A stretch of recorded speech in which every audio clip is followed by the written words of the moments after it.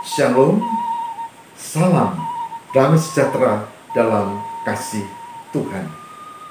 Saudara, jumpa kembali. Saya Pendeta Lukas Eko Sukoco dari Padepokan Diakonia Mitra Kinasih GKJ Purworejo.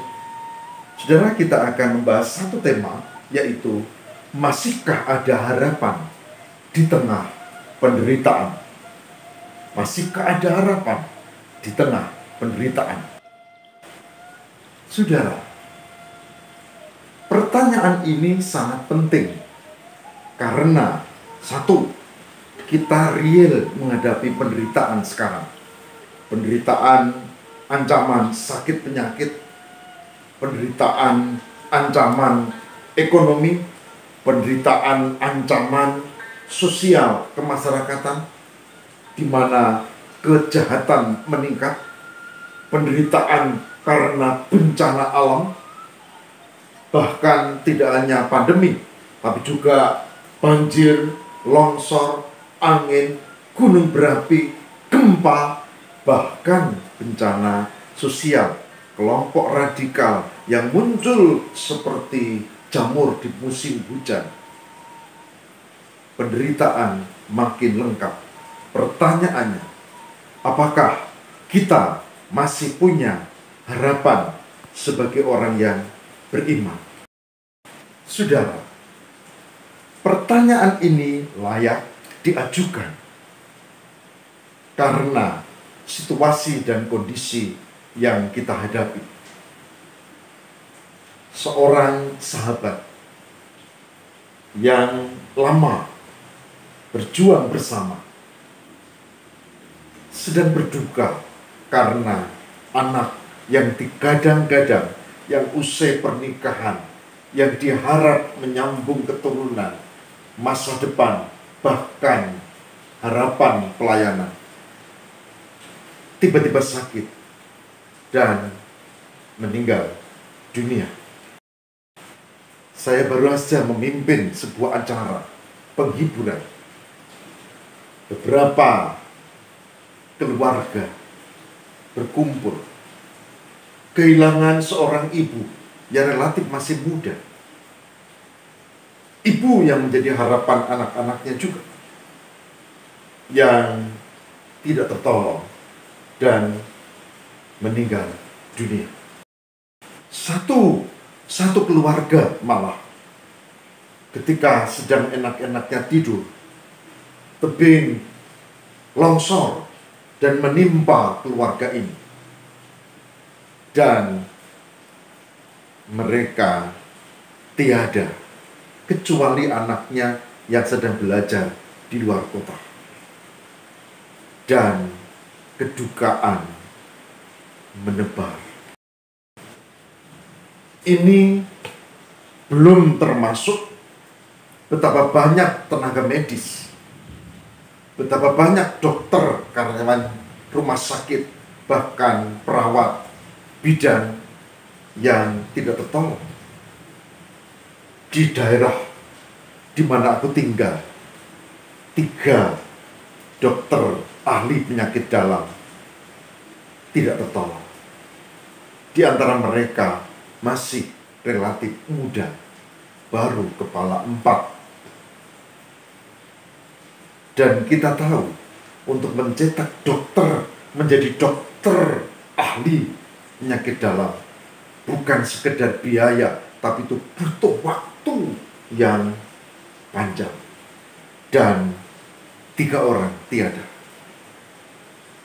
Saudara, kita bisa menambah ini, jumlah ini, bahkan penderitaan ini bisa kita daftarkan, dan sekarang luar biasa.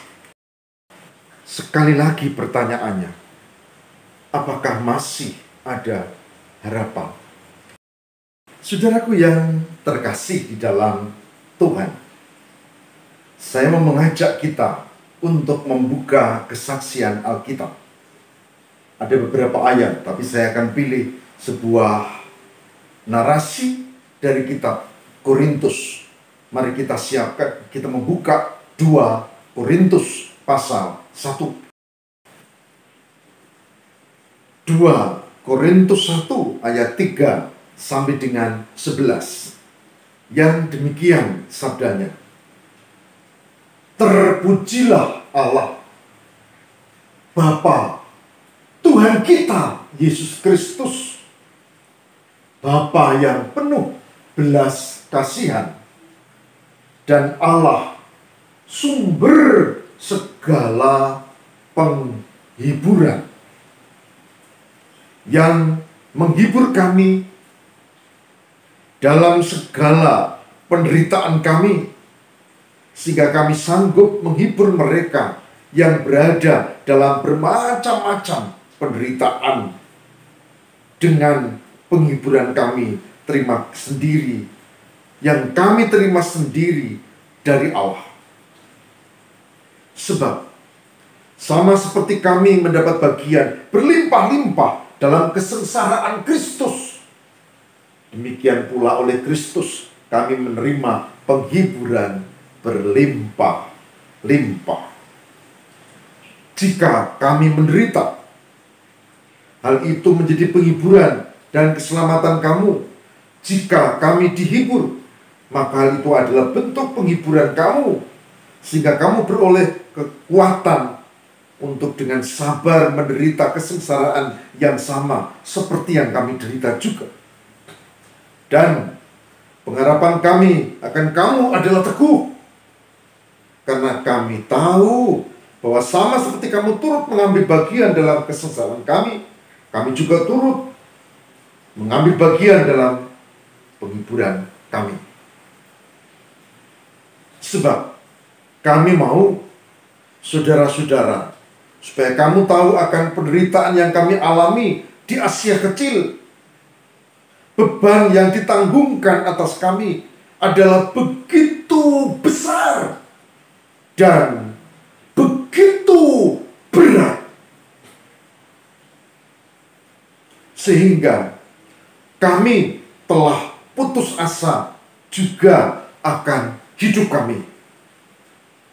Bahkan kami merasa seolah-olah kami telah dijatuhi hukuman mati. Tetapi hal itu terjadi supaya kami jangan menaruh kepercayaan pada diri kami sendiri, tapi hanya kepada Allah yang membangkitkan orang mati. Dari kematian yang begitu ngeri, Ia telah dan akan menyelamatkan kami. Kepadanya kami menaruh pengharapan kami bahwa Ia akan menyelamatkan kami lagi. Karena kamu juga turut membantu mendoakan kami, supaya banyak orang mengucap syukur atas karunia yang kami peroleh berkat banyaknya doa mereka untuk kami. Demikian firman Tuhan. Syukur pada Allah. Saudaraku yang terkasih, ada beberapa catatan penting yang kita peroleh dari bacaan hari ini. Yang pertama, penderitaan terjadi dan dialami oleh Rasul Paulus. Penderitaan tidak hanya untuk saya dan saudara, tapi juga dialami oleh Rasul Paulus. Dan penderitaan dialami oleh setiap orang di bidang apapun dan hal apapun. Saya tahu mungkin kita kalau mau jujur pasti mengatakan ya dan amin. Yang kedua, dari bacaan ini, penderitaan itu menurut Paulus yang dialami adalah begitu besar, begitu berat, dan tak tertahankan sampai dikatakan kami putus asa. Pernah enggak mengalami penderitaan seperti itu? Mungkin pernah. Penderitaan yang begitu berat, penderitaan yang begitu begitu amat syarat dengan banyak hal. Dan dikatakan kami putus asa. Oke, ini poin kedua. Paulus mengalami itu. Poin ketiga, saudara-saudara, bagaimana sikap terhadap penderitaan? Orang bisa saja mengalami penderitaan yang sama. Sakit, kehilangan saudara, ditinggal meninggal orang tua, sama. Sakit, orang tua meninggal dunia. Gagal bisnis. Sudah tahu, gagal bisnis tidak hanya kita alami, orang lain juga bisa sama. Penderitaan kita bisa sama, masalah kita bisa sama, bebannya bisa sama. Oh, hebat. Tapi sikap terhadap penderitaan tidak sama. Poin ketiga yang kita ambil di sini adalah Paulus yang hampir putus asa itu akhirnya meyakini. Saudara baca ayat 10, 2 Korintus 1 ayat 10 dikatakan, iya, Tuhan pasti akan menyelamatkan kami lagi. Ayat 10, kepadanya kami menaruh harap di tengah penderitaan. Sikap terhadap penderitaan, sikap terhadap masalah, sikap terhadap kesulitan begitu penting, bahkan lebih penting dari penderitaan dan masalah itu sendiri. Lalu, bagaimana sikap Paulus? Sikap Paulus adalah diungkap pada surat ini di bagian awal, ayat 7. Terpujilah Allah, Bapa Tuhan kita, Yesus Kristus. Bapa yang penuh belas kasihan. Dan Allah sumber penghiburan. Oke, penderitaan berat, tiap orang bisa dapat lebih berat dan sama. Sikap terhadap penderitaan itu menentukan. Paulus mengambil sikap, yaitu dia meyakini Allah itu Maha Kasih. Dia meyakini Allah itu sumber pengharapan. Dia meyakini Allah itu akan menolong. Dan dia meyakini. Sehingga dia mengatakan, Tuhan Allah sumber segala penghiburan. Sumber segala penghiburan. Nah, ini poin penting. Poin terakhir dituliskan pada ayat 11. Karena kami bersyukur kamu turut juga membantu mendoakan kami. Poin terakhir adalah kita memiliki kewajiban untuk saling menopang dan saling mendoakan.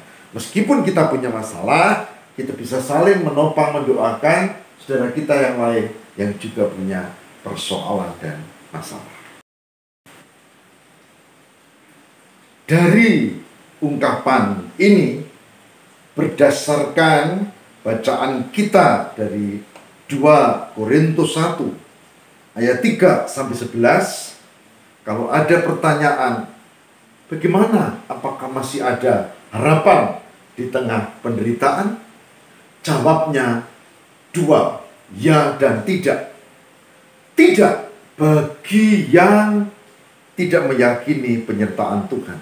Maka penderitaan, kesulitan yang kita hadapi sekarang, habislah kita, tamat ini. Tapi ada bagi yang mengandalkan Tuhan. Jadi kalau pertanyaan, ada pengharapan atau tidak? Jawabnya 2, yaitu ya dan tidak. Ya bagi yang mengandalkan Tuhan, tidak bagi yang mengandalkan diri sendiri. Saya tidak tahu. Tapi kalau sudah tanya, saya termasuk yang menjawab ya. Karena saya mengandalkan Tuhan. Saudaraku yang terkasih di dalam Tuhan, sebagai hambanya, saya mengajak, mari kita tetap jalani kehidupan dengan penuh dinamika dan segala persoalan. Karena itulah kehidupan, tidak hanya sekarang, bahkan sejak dulu kala juga begitu. Hadapilah kehidupan. Jangan putus harap, jangan semplah, dan jangan mengandalkan kekuatan diri sendiri. Itu yang pertama sebagai harapanku sebagai hamba Tuhan. Yang kedua, dalam menghadapi kehidupan, jangan lepas dari berkat penyertaan Tuhan. Karena sumber pengharapan adalah pada Tuhan. Maka jangan lepas. Dikatakan di sini, Tuhan penuh kasih, sumber segala penghiburan. Ini poin kedua. Saya berharap kita tidak lepas dari Tuhan. Dalam situasi seperti ini, jangan coba-coba malah menjauh dari Tuhan. Dalam situasi seperti ini, jangan coba-coba malah menyepelekan Tuhan. Tuhan ini apa nih? Tuhan gimana? Tuhan kok diem aja? Tuhan ini ada nggak sih? Oh jangan, saudara. Jangan. Karena apa? Karena itu membuat iman kita lemah. Tapi kalau kita seperti Paulus di tengah penderitaan, terpujilah Tuhan yang penuh belas kasihan dan menjadi sumber segala penghiburan. Maka hadapi kehidupan dan jangan pernah melupakan Tuhan. Itu harapku. Dan poin ketiga, sebagai hamba Tuhan, saya berharap seperti Paulus dan jemaat Korintus, mari kita saling menopang dalam doa. Ada di antara kita yang sedang berduka karena orang-orang yang dikasihi meninggal dunia. Ada di antara kita yang sedang cemas karena keluarganya sakit dan sudah cukup lama. Ada di antara kita yang sedang khawatir karena pertumbuhan ekonomi, resesi yang mengancam begitu hebat. Ada di antara kita yang sedang punya banyak persoalan dalam keluarga, persoalan di lembaga, bahkan persoalan personal yang tidak sembarang orang boleh tahu. Tapi sebagai hambanya, saya mengajak, mari kita saling menopang dalam doa. Saudara, sekarang dapat sudah jawabannya, yaitu masih ada pengharapan di dalam Tuhan bagi yang beriman. Catat, garis tebal, masih ada harapan di dalam Tuhan atas kesulitan dan persoalan bagi yang beriman di dalam Tuhan. Marilah kita mohon tuntunan Roh Kudus supaya Tuhan memberkati kita dan menguatkan kita menjalani kehidupan dengan berbagai kesulitan dan persoalan ini. Mari kita berdoa. Tuhan, berkatilah supaya kami mampu untuk menjalani kehidupan, meyakini pertolongan Tuhan, saling mendoakan, dan mencari hikmah di balik masalah yang kami hadapi untuk menguatkan iman kami. Semoga Roh Kudus memberkati. Berkati saudara kami yang sedang berduka karena ditinggal oleh orang-orang yang dikasihi. Berkati saudara kami yang sedang cemas dan khawatir karena tantangan sosial ekonomi yang makin berat. Berkati dengan segala pergumulan kami. Tolonglah ya Allah, tolonglah ya Tuhan, karena Engkau sumber penghiburan kami. Inilah doa kami, kiranya Roh Kudus menolong kami, demi Kristus pengantara kami. Haleluya, amin.